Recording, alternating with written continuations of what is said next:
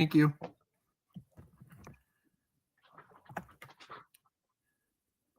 I'm just reaching out to Jen to see. Okay.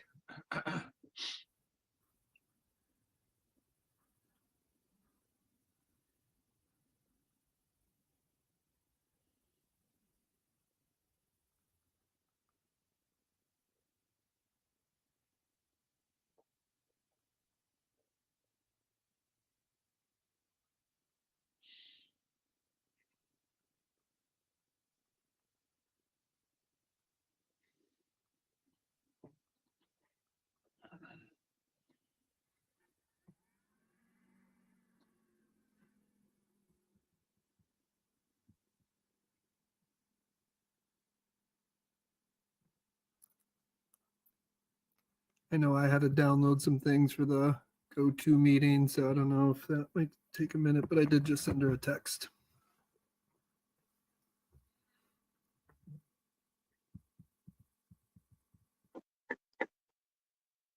She just said having some trouble logging in.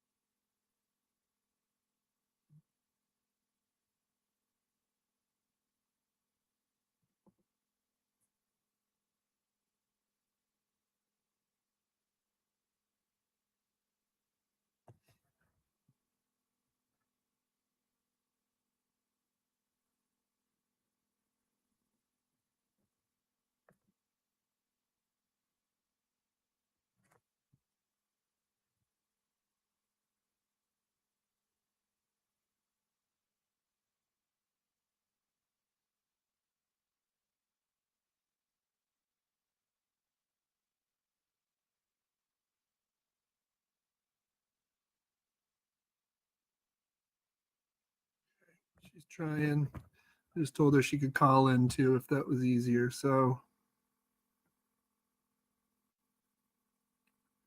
hopefully she has it resolved soon.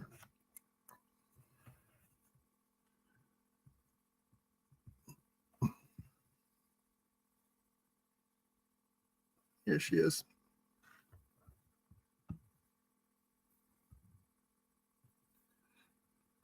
Hi, Jen. Hi, sorry about that. That's That's okay. okay. Welcome to the meeting.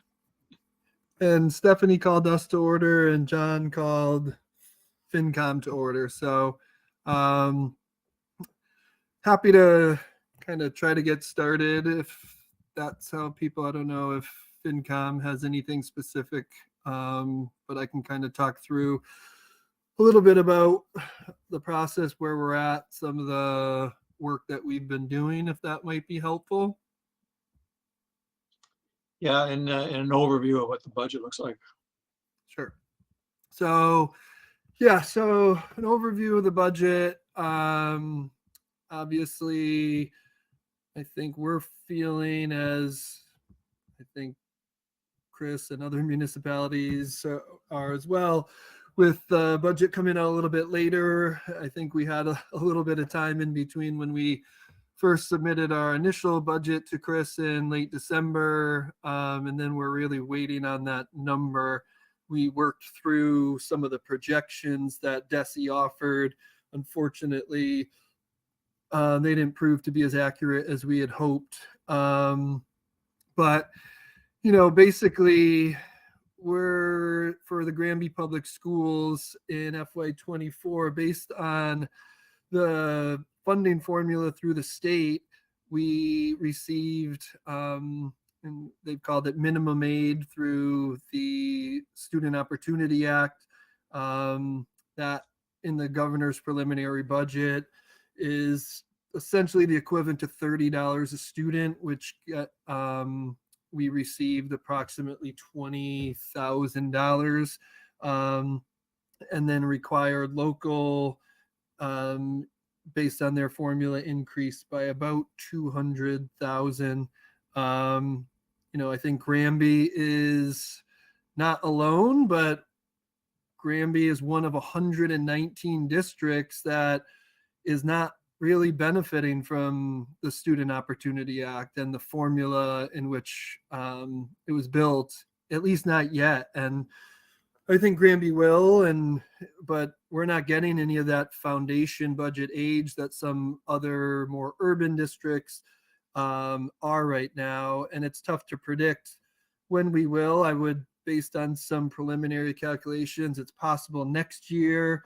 That could, if not next year, I would think the following year, Granby should see an increase in foundation aid. Based on some preliminary calculations from this year, that could be in the ballpark of an additional $400,000 to $500,000. Again, there's a number of factors that go into that, but like I said, Granby is not alone. There's 119 districts in that same space, but that presents challenges like it does everywhere, even outside of schools. And I think a couple of the cost drivers that are really expense drivers that are driving our budget this year are related to inflation. The Student Opportunity Act caps inflation at 4.5%. I think most people on this call probably know that it was closer in the third quarter. It was closer to 8-9%. So right off the bat, we're starting with a bit of a deficit when we look year over year. Utilities, we're projecting utility costs to be up. Our fuel price just got quoted at about 20-25 cents over what it was last year. We're projecting higher electricity costs. Those costs we're anticipating is an additional $70,000 to $80,000 in our budget. I talked a little bit about inflation, and then I think the big driver, and if you've been paying attention to other municipalities and school districts, is the special ed in general, but specifically the out-of-district placements. And this, to be really clear, this is not a knock on those students or those families or the process in which we work to identify a student as out-of-district placements, but it's costly. And for a town and a place like Granby, just a couple of students makes a pretty big difference. To tell you a little bit about that difference that we're anticipating this year, last year we anticipated approximately $750,000 for out-of-district placements. We're projecting $1.2 million in out-of-district placements for FY24. And that is only an increase of 5 students. 2 of our current students moved to out-of-district placements this year.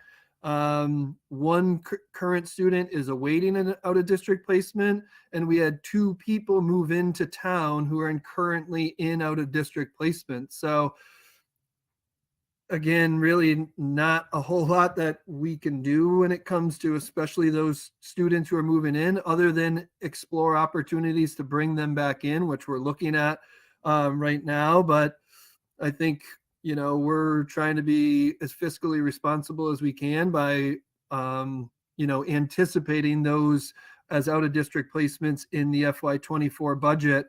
The other thing on top of those out-of-district placements, if you've been following along, you might have seen the Operational Service Division had an unprecedented increase in the out-of-district tuition rates for FY24. They sent it to superintendents in early November. We've been advocating since that this is unreasonable, unprecedented, and for a place like Granby, crippling, to be quite honest. The increase is 14%, where over the last decade or so, that increase has been around 2%. There is some talk, the governor filed a supplemental budget order late last week, there is some talk about providing districts and municipalities some relief for that 14%, but there's still some lack of clarity in that language and who might qualify. So again, I think myself and other superintendents are advocating that, the state shouldn't set up, a group of winners and losers when it comes to this. Really, the hope is districts can be held harmless. There's some language that says, basically if this increase your cost by 10%, you can access some of those funds. But for districts that are in the 9 or 9.5%, that does nothing for it. And, so those are some of the things that we're looking at before we've even started to do some work based on our needs. And those are, the information that I sent Mr. Libera earlier this week identifies a gap, a pretty significant gap for the schools. We did meet with the town manager and select board liaison a couple of weeks ago. We had what I would say was a good and productive conversation to identify at least some budgetary guidelines in which for us to work. So we've been working under those guidelines, and even under those guidelines, the gap is $700,000 to $800,000 at this point. So I think one of the areas that we've talked about in the past was the way that our process has started was we do ask our principals and department heads to put together, a reasonable but a wish list budget. There's reason behind that. I think that's been met with some pushback in the past, but I do think there's good reason behind that. So what I've tried to do and what I sent to Mr. Libera was that the cuts that we've made since that wish list budget are not all true cuts. I think Bob has mentioned that in the past, that what are the actual cuts year over year. What I sent to Mr. Libera was about, I forget, $700,000 or $800,000 in cuts. Those are not all true cuts or reductions from FY23 to FY24. That number, in fact, is closer to about 250,000 in cuts from 2023 to 24, true cuts or reductions from our current budget to our projected budget for next year. And even after that work, that leaves us at a gap around $700,000 to $800,000. So that's pretty high level, but I think those are some of the things that are driving where we are right now and the work that we're trying to do. We also recognize, I think the town has been generous and supportive, and we're appreciative of that. We also recognize that we can't ask the town for $800,000 above what some of our preliminary discussions have already, some of those numbers that we've discussed. And so we know we have some work to do. My hope is that, we can continue to have productive conversations, be creative, and, minimize the impact as much as possible. But we're looking at an impact from administration to teachers to paraprofessionals to programs to things like that. And, this isn't a woe is us conversation. That's just the reality that we're in. And, my hope is that we can have productive conversations and try to figure out what works best for the schools and the town, because ultimately we're in this as a partnership. Stephen, I have a question on the material that you sent out, the Excel workbook that you sent out. On the first page of what we have, looking at the fiscal year 24 budget summary, and I've got a total school operating budget of $9,362,005, and that appears to then be a deficit compared to minimum net school spending of the $871,784 plus $500,000 that you have listed as additional town contribution. So 1.3 million, 1.3, 1.4 million that you'd be looking for. Is that the budget that you're currently looking at, when you talked about having made the preliminary cuts? Yeah, yes, the preliminary cuts are within that. Yep. So our offsets are built in. I'm just looking at your numbers. Yeah, I think you're right that when we met with the town, there was nothing committal on any side, but a projection of what we might anticipate over net school spending. We had said in the 5 to 600 range, so we've been working with the 500 range. But yes, that 500 and that 800,000 would be that's the total deficit. Yes. So the 1.3 million, and that's after you've made the real cuts of $250,000. Yep. So it's the real cuts of $250,000 and plus another 700,000 that were things that were added to the budget. It's kind of like that wish list budget that we've talked about in the past. Like, could we add another teacher here or add a reading interventionist, add additional math support based on some of the things that have come up this year? Principals built that into their budget. Those things have since been eliminated. And I think that's where I wanted to be clear. Those aren't true cuts. Those are reductions from what the original I proposed. understand what you're saying. The 250 is real cuts from this year to next. I'm still a little bit confused on those numbers. In what you sent out, there was a list of possible reductions. Yep. Those have not been taken, those are not reflected in any of the summary numbers. Is that correct? Oh, they've been taken out at that point. They've been taken out of removed. that. They've been removed. Yes. Okay. And Yep. So I think that total where it says potential reductions is 914,000. So that has all been removed from that initial iteration of the budget at this point. so it's no longer potential. It's all potential until town meeting, from what I've heard. From a perspective of how much money will be sent to town meeting, it's already been done.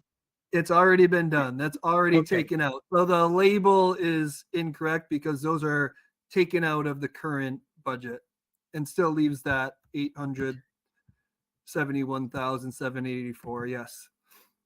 Okay, So the nine, go ahead, Bob. on the total sheet that you sent out, there were 4 sheets as I remember. The first one was a summary. And the last one, I think was the last one, it was called totals. Yep. And the deficit that shows on that is different than the 891,000 shown under summary.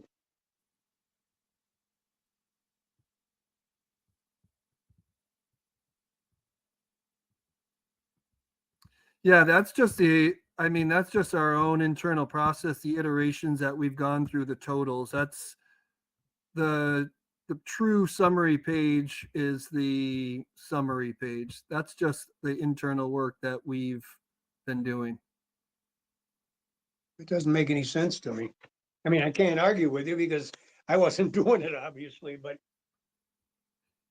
you show the same $12 million budget. Yep. So that accounts for things like we've added like certain things, right? Even since we sent the original budget to Chris, salary scales have been adjusted, new people have been hired, some people have left. So we're trying to like catch some of those things in real time. I don't know, Todd, if you have something specific to speak on that totals page.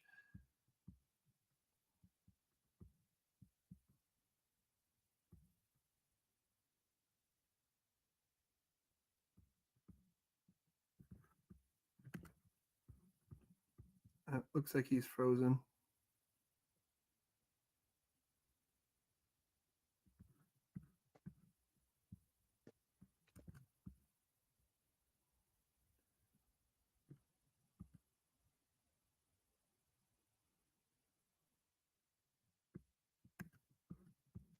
Maybe when he comes back, he can speak to that.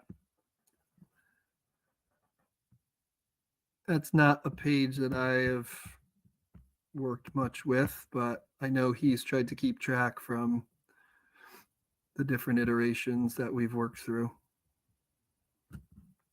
The 12064 269.46 on the potential reduction pages, that's then listed as a decrease of $620,000. That $620,000 represents a decrease in what was asked for, or what? What is it? What does the $620,000 consist of? Like I said, I have not worked with this page. I'm not. Okay. I would Okay. need Todd's. I've really Um, been working on the summary page. Todd, are you able to? He might be having some connectivity issues.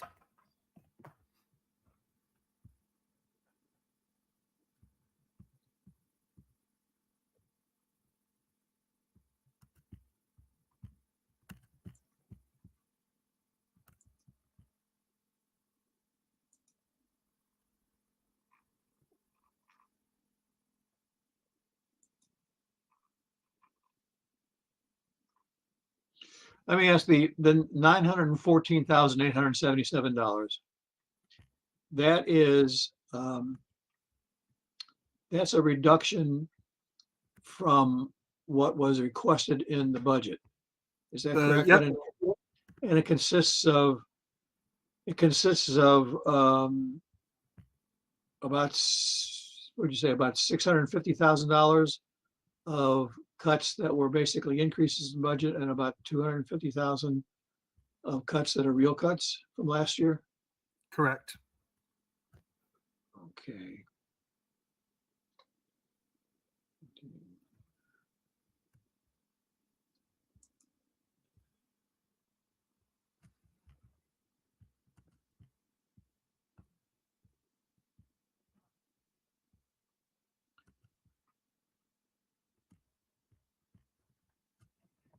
I think the point that I was trying to make on the totals page, I say it's the very right hand. I think I printed the first column, but it's the one that's headed up by the governor's budget, and it shows all the sources of revenue that you're expecting. And it comes out at 11,554, and your budget is 12,064. So there's a $509,000 difference, which to me would be the shortfall, which is obviously significantly different than the 891,000 that shows on the summary page.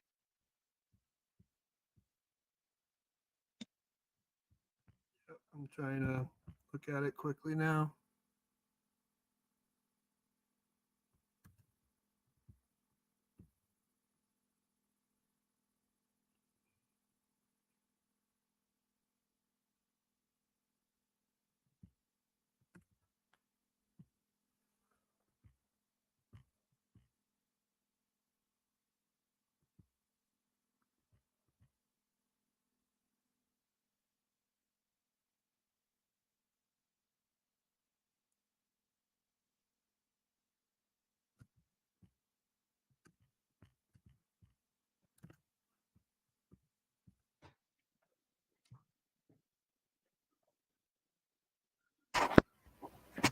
Do we have any way of reaching Todd and asking him if he can call in?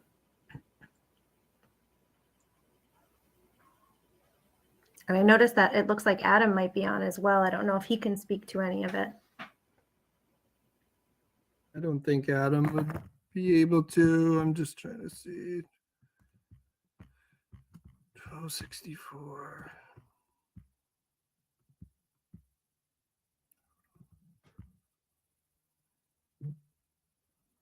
Yeah, so the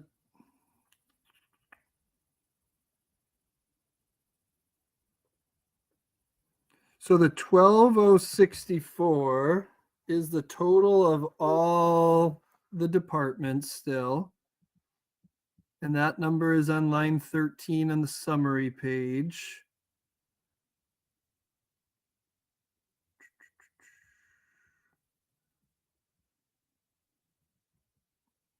Minus that school funding gap puts us at the 9,362.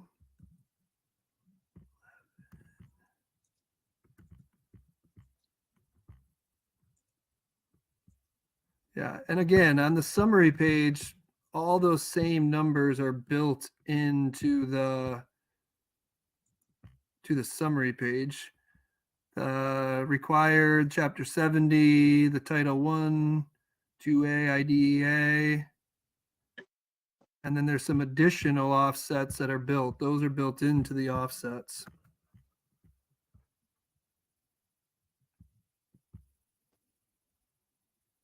I still have, I guess, the question around, you seem to have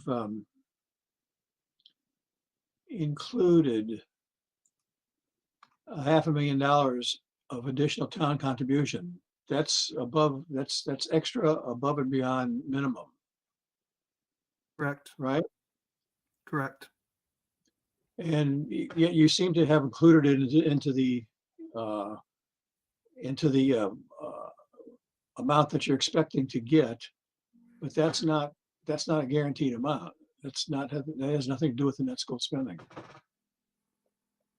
No, I that's mean, that's why that's why it's titled additional town allocation. That's above the net school spending, and that was based on our meeting with the town manager and select board.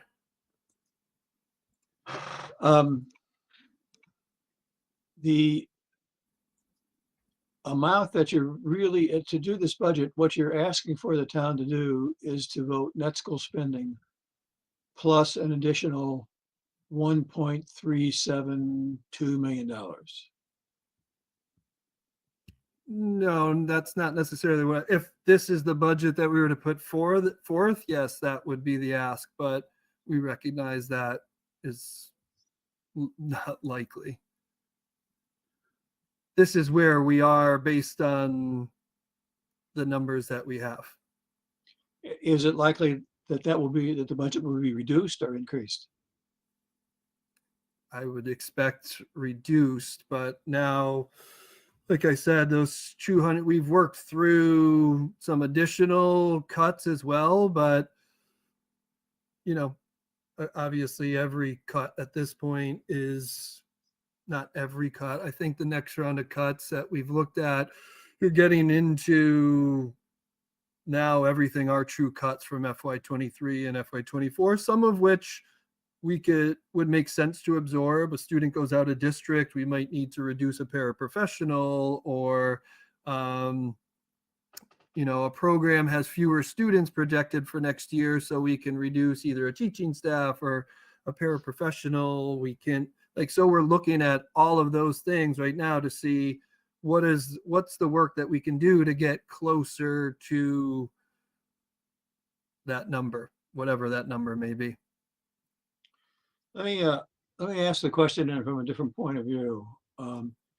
You've got a 1.37 million shortfall, and you may be able to make some cuts, but assuming that you can't, is there any reason to think that figure would be reduced in future years, or is it just going to grow? I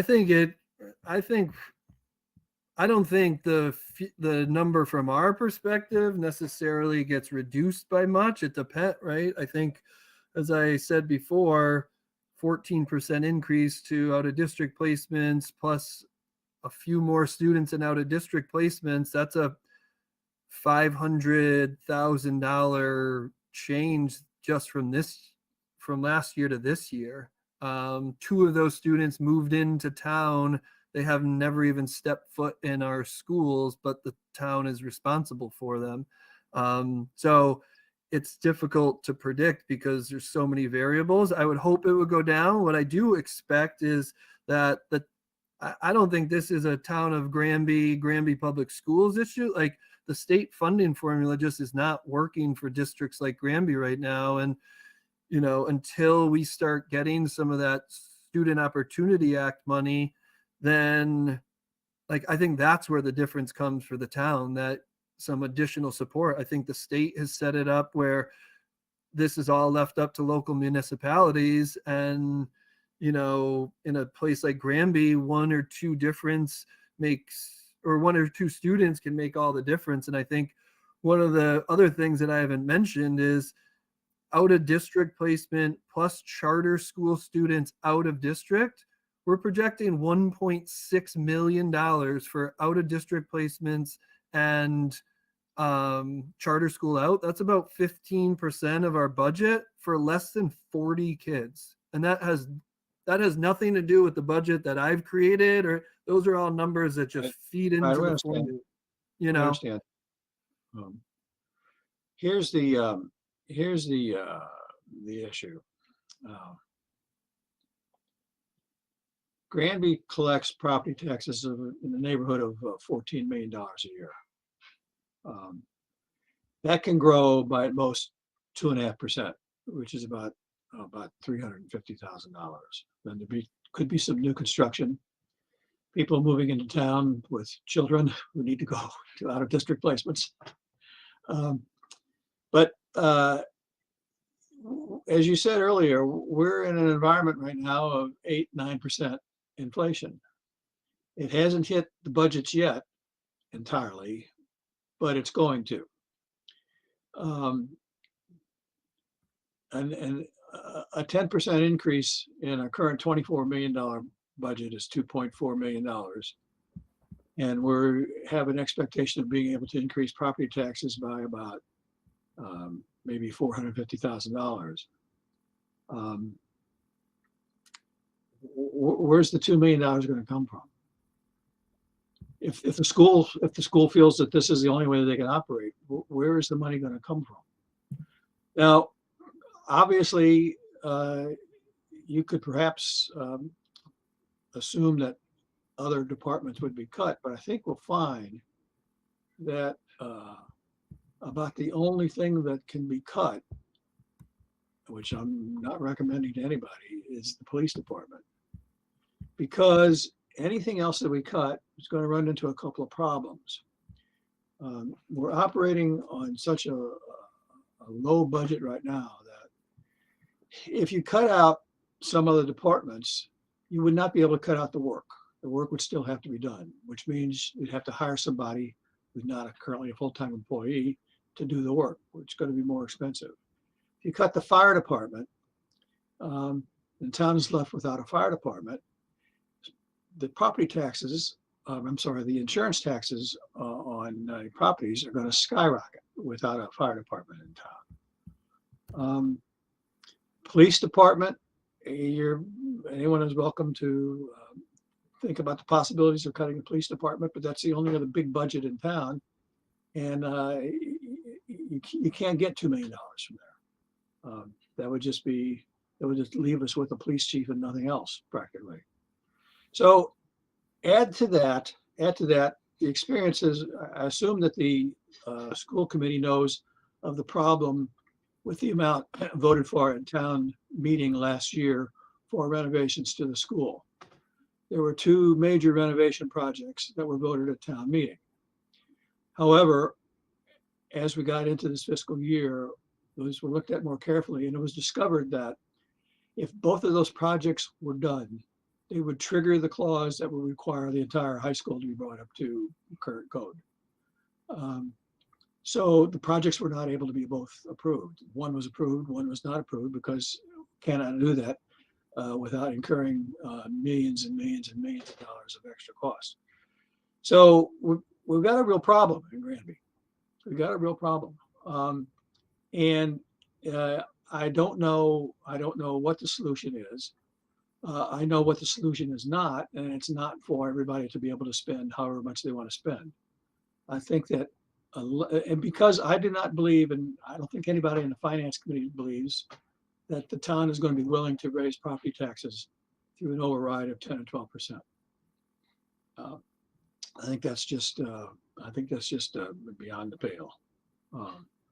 So the finance committee, as you know, has no operational authority or responsibilities. So we cannot do these things. It's going to have to be the school committee and the select board. The school committee as being the committee that spends the most money in town, and the select board as being the committee that is in charge of the biggest chunk of the rest of the budget, not all of it, to figure out what is going to be done in the future. We can certainly slide along like we have now and just let all the money run out. That'll happen. It'll be a few years, but it'll happen. And then have a sudden crisis where we cannot do anything at all except beyond perhaps asking the state to come in and take over the schools. And that doesn't seem to me to be a solution we want. So we're back to the question of such options as tuitioning out our students to other towns. Has that been considered? No. We haven't gone through a formal process of considering regionalization. I know that you sent out questions to basically say you don't want to regionalize, do you? And they said no, we don't. But that's not, as you know, a real study into whether we or other towns would be willing to regionalize, because other I'm towns. not sure that's a fair description of the survey either. John, respectfully, let's try to keep the conversation focused on the budget for right now and not work on stuff that's, not pertinent to this conversation. Right now, we've got a budget for fiscal. Excuse me, please don't interrupt. Excuse me, please don't interrupt. Pretty much impossible. Excuse Go me, ahead. please don't interrupt. Thank you. We have a question on the table for fiscal year 23-24. That's in front of you. That we've met with Chris and with Glenn. You guys were not part of those conversations, which was the part of when we were building this budget and working through it. So right now I'd like to keep the conversation focused on the budget that's in front of you. And if you'd like to have additional meetings about regionalization, tuitioning school students out, any other kinds of things, I think that would be appropriate at a different time. But right now our staff has put in quite a bit of time and effort on the budget that you have in front of you. So I'd like to keep the conversation focused on what we have right in front of us. Well, then let's do it from this point of view. All right. We see that your budget for next year should be, hold on a minute here. Your budget should be,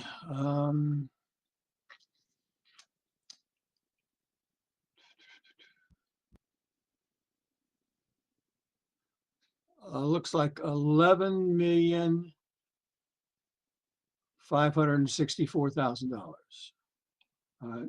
That's what net school spending is, apparently, from the figures that we can tell here. But net Now, school spending doesn't also mean that that's what it should be either. Well, it's as much a correct Exactly. statement as Jennifer's statement. That's the point. And No, with John, my finance- statement is I don't want to get off track and talk about regionalization and tuitioning our students out because that's not That's going to it. solve Well, the problem for right okay, now. well, let's not get off track by talking about that. Let's get off track by talking about whether Granby is going to be able to support a school system in the future. Because if Granby is not going to be able to support a school system in the future, then that's one approach that we take towards the budget. And we've got to come up, the finance committee has to come up with a budget for the town. If the finance committee thinks that all the town operations are going to just continue to spend on operations like they want to, then we're going to say, okay, here's what happens to capital. And we want people to understand what happens to capital. And then we'll tell you, okay, and here's what happens when we run out of money. And what are you going to do then? It is impossible for us to consider this without thinking about the long-term consequences. And the long-term consequences are not good because to us, and we haven't heard anything reasonably said different from anybody else, the town is not going to build any more schools. So do you have those kinds of reasonable conversations with every other town department about what they're going to do for the future of Granby? Excuse me? You heard me. I'm I'm not sorry. going to have this conversation go off track. We're right now, we had a meeting with Glenn and with Chris. Chris told us to look at our budget and to have the money up to, the number and talk around $500,000 above the net school spending. That was our directive. That's what we've been working to. We still have that deficit, which we're trying to do. So right now we're just having the conversation with you. Let's try to keep it focused, Well, please. not quite, because perhaps, do you understand how the budget process works in Granby? Yes, yes, John, I do. Okay, then you understand that the budget that gets presented to town meeting is the finance committee's budget. At town meeting, people who attend town meeting can vote on whatever they want. They can offer whatever amendments they want. They can approve or disapprove budgets. There are some things which are set at minimum values that they, whether they approve them or not, cannot actually be disapproved. But it's up to town meeting then to decide. But the budget that goes to town meeting is the finance committee's budget. So it's very important to us that we present a budget that we think the town can support. It's got to be either a budget that we say, okay, here's a budget which we think the town can do for 2 or 3 years, and then face major crisis head on in a few years. Or we can say, all right, nobody seems to want to address the problem, so we have to make some assumptions about the future. Here's the assumptions that we make, and given these assumptions, here's what we think you ought to approve for a budget for the town for this year. That's budget process. So can I just mention one other thing? Excuse me? Sorry. I was just going to mention one other thing. Okay, go ahead. So one thing that I haven't mentioned yet is because, and John, I know you understand this, I think because the significant increase in the budget is due largely in part to special education, we do anticipate an increase in circuit breaker. Unfortunately, as you know, you don't get FY24 money until FY25, so you're paying a year out. So some of those increases we do anticipate to be able to bring some money back, which typically has been then used. Our circuit breaker revolving account has been used to offset the budget each year. So we are anticipating some growth in those receipts down the road as well. Again, to your point, John, it doesn't solve the issue for FY24. Recognize that. But because the increase in costs are occurring there, we are projecting that we would get some additional circuit breaker money. And like I said at the beginning, we will hit the foundation aid in the next year or two, which could bring even more money to towns like Granby. So, those are just a few things that are out there. And again, to your point, inflation hasn't hit everywhere. But the problem for us, inflation with the Student Opportunity Act, like I said before, is capped at 4.5%. That plus the 14% increase to out of district placements, just those two numbers alone, even if there's relief from the state, those are numbers that future budgets are going to have to be built on. So even if there's relief for 1 year, that's certainly a challenge. And those are just a couple other things that I wanted to make sure to mention here tonight. Yeah, Steve, and you mentioned- when looking at the budgets, we usually would do a few things, including there are clearly the possibilities that amounts above net school spending would be included in the budget for what we would recommend. And also, there is also the kind of possibility that if we really expect that there will be future grants that will come into the town, or future increases in the state aid that will come into the town based upon these considerations around the schools, which we agree with entirely, as you can imagine, that we can ask the town to approve that amount for the budget, with the understanding that if the state increases its aid to Granby, that will be the source of the funding. If the state does not increase its funding to Granby, then Granby will have to come up with the funding out of taxes.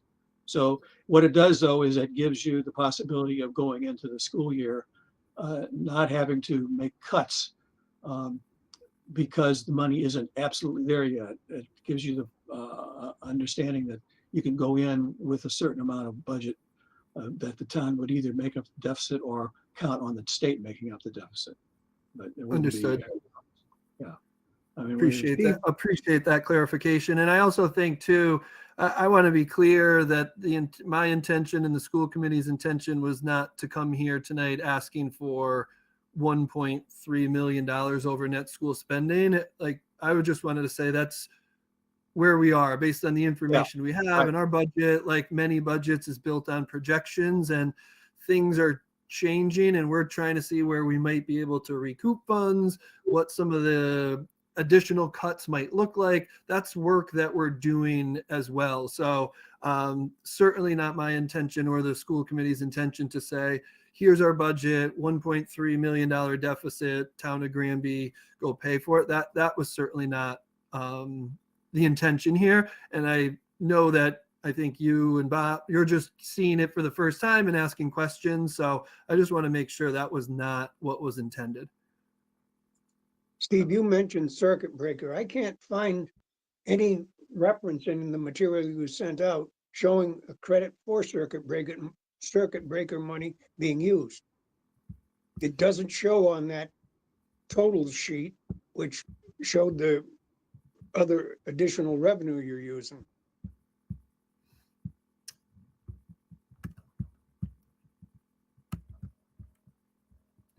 Circuit breaker. Sorry to interrupt. It's in the offsets tab. Yeah, it is. It's 336,000 in the offsets tab. And that's built into that, the summary sheet where it says grant revolving account offsets. I'll take your word and go back and look at it because I missed it totally. Yeah, I see it. I see the 336,000 for fiscal year 24. Basically Not very- flat last year, huh? I'm sorry. It's basically flat with last year at this stage. So again, like we built it on Yeah. projection, John. So we left it level because we don't really know how much comes into that until June, July. It could be a little bit more based on some costs this year. It's just Yeah. we want to be conservative and not say, oh, it's going to be 400,000 and then have it come in at 336 and say, Right, now we have right. a $64,000 issue on our hands, because we're basically zeroing out that account annually to pay for the out of district tuitions is basically what we've been using. Right. Okay. So that number, Steve? you're right. Those, again, like I think in number of places, in kind and things like that, some of these numbers do shift as we kind of play out the process. We put that in as a placeholder that we felt comfortable with based on what we're anticipating based on our special ed costs to date. Steve, could you prepare a little something and mail it out to us on what the special ed cost for next year is?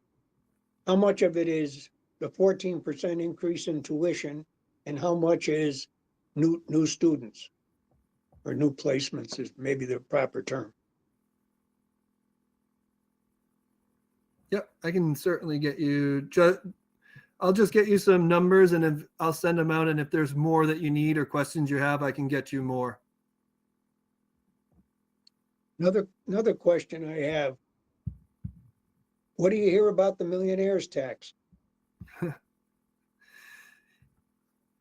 I have heard that there's little movement based on how they're going to use that. I think, we've kind of been told to say, like, don't count on anything for now, because I think, everybody's advocating it for it, from early education to higher ed to K through 12s. And I think they're trying to figure out how it's going to be doled out. I know the Association of Superintendents is pushing them to lower the threshold for circuit breaker so you can hit the circuit at a lower number and increase the circuit breaker percentage from 75 to 90%. I know those are two areas that the association is pushing for, but I think like many in politics, there's no decision on it right now. There will be people who are advocating a system where the money goes back into the communities where the millionaires live. Oh, I'm sure. I'm sure. There would be lots of schemes to figure out how to make sure that it stays east of Worcester. And that's another thing that we've pushed and locally is to say, like, don't forget about us in Western Mass. We're all part of it. And, I think like anytime the budget comes out, there's a lot of fanfare around. So the governor is putting more money into education and like rightfully so. I totally understand why she's touting that. But again, there's 119 communities that aren't realizing that right now. Granby's just one of them. And, so the Student Opportunity Act funding that, great, but doesn't help Granby. The rural schools increase there, but again, Granby is kind of in this place where we're not quite suburban enough or quite rural enough for the formula. So, I think last year we got $26,000 in rural school aid. So combine the rural school aid with the Student Opportunity Act, that's $46,000, which is great and is appreciated. But I mean, that's not moving the needle for us. It likely saves a position or some resources, but I think in some other communities, they're certainly realizing some bigger gains. I'm seeing too, Jen Millette posted something in the chat now. Sorry, Jen. She said, with the increase in SPED out of district, is there going to be any grants along with the normal money coming in from them? I think like that's where I anticipate circuit breaker. We would see an increase. And again, unfortunately, that's not until it's a year out. But I do think that's the place that we're going to see it. And, we're right pretty much in line with where we were in out of district placements pre-pandemic. It is a bit of a jump from FY23 to FY24, but pre-pandemic we were in that 8 to 12 student range pretty consistently. And those are just certain things, right? Like we can't predict who's going to move in or out of town, and those are certainly factors that could benefit us. And unfortunately, in this situation, it's making the budget process more challenging. But we're exploring ways, can we bring those students in district? We've worked hard to create programs. So there's some potential for that. But we felt it would be irresponsible of us to not include that in the budget and then come back and say, now this is an unanticipated cost, because it isn't really an unanticipated cost. We anticipate that they're going to be out of district right now, but that could change potentially. Is there a cost analysis for the out of district to moving those students back into the district? So if we were able to move all the students who are out of district back into the district, is that the question, Jen? Yeah, I mean, like I said, we're budgeting $1.2 million for out of district placements, but it wouldn't be a true, we wouldn't zero it out if we brought all those students back, because there would be services that those students would be sure to need, whether it be paraprofessional, speech services, things like that. So it's tough to predict, and I think the other thing is the out of district placement process isn't a 1-step or 2-step process. It's like we work really hard to keep students in the district because we have built some of those programs, but at certain points you recognize that students aren't making progress in the least restrictive environment. And, we need to make sure that, we can serve their needs as well. And sometimes students do go out and come back. And so there is some ebb and flow to it. It's just a little bit difficult to predict.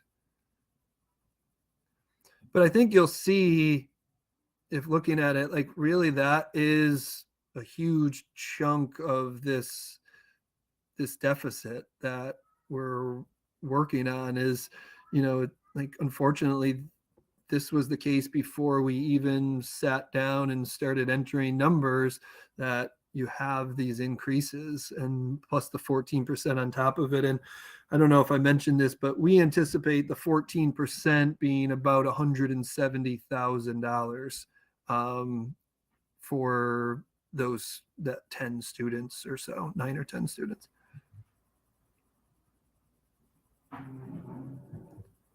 Instead of the it's about 7 times what you would have expected based upon the raises from the past year. 14% is 8%. Yeah. Yeah. And I would say, I think over the last decade, like the average out is about 2%. And they've built in about a 5.6% inflationary cost, and then an 8% workforce stability. Like that's where that 14% came from. But right, there was no conversation with towns, your superintendents that got set by operational service division. And then it's like and again, there's a number of districts that are in a similar category that for us, as you guys know, like $170,000, that's a lot of money for any district, but especially in a place like Granby, to say like now all of a sudden without doing anything, this, like you're incurring this cost. And like I said before, even if the state does come and hold districts harmless, they're not going to come back and say, all right, that 14% is now, we're going to reduce that 14% next year. That 14% is going to be part of FY25 and FY27, and it's going to be built upon from there. So even a 1-year hold harmless, while appreciated, doesn't solve a long-term issue. I think the long-term issue is the funding formula that the state's working under. And it's really putting a strain on municipalities and putting municipalities and local government in a place where they're having to like throw life rafts to school districts and things like that because of some of these things until student opportunity and the foundation aid starts to kick in. And we're definitely getting closer to the foundation aid. It's a challenging process, and I'm not going to talk much through it here because I don't know that I can articulate it well, but like our gap went to receive foundation aid, our gap went from last year, FY23, about 17% down to 8% this year. So right off the bat, and that's due partially, I think, to the SOA capping inflation at 4.5, right? Like we can't keep up with those costs. So that accounts for that gap shrinking so dramatically in 1 year. If it does the same thing this year and inflation seems to be right around that same spot, then we could be in line for foundation aid next year. It's just, I don't want to sit here tonight and say, oh, you can expect foundation aid, because we could come within 1% and not quite get there either. When the students are placed in what you call the out of district placements, are these specialized schools or are they other school districts or specialized schools? Specialized schools, everywhere from day programs to residential. There's a whole process where we send out referrals based on student needs. Families can take a look at what those schools offer. Depending on the school, the cost changes a little, but a number of them are in the $100,000 to $130,000 range per student. Again, that number's not perfect, but Yeah, so I think too, and what I'll try to do is try to get you some comparisons too. Like, we're not seeing a lot of increases as we do this work in other areas of the budget. There's, like I said, from that first round of like potential reductions, right? Even though they're not potential, they're realized.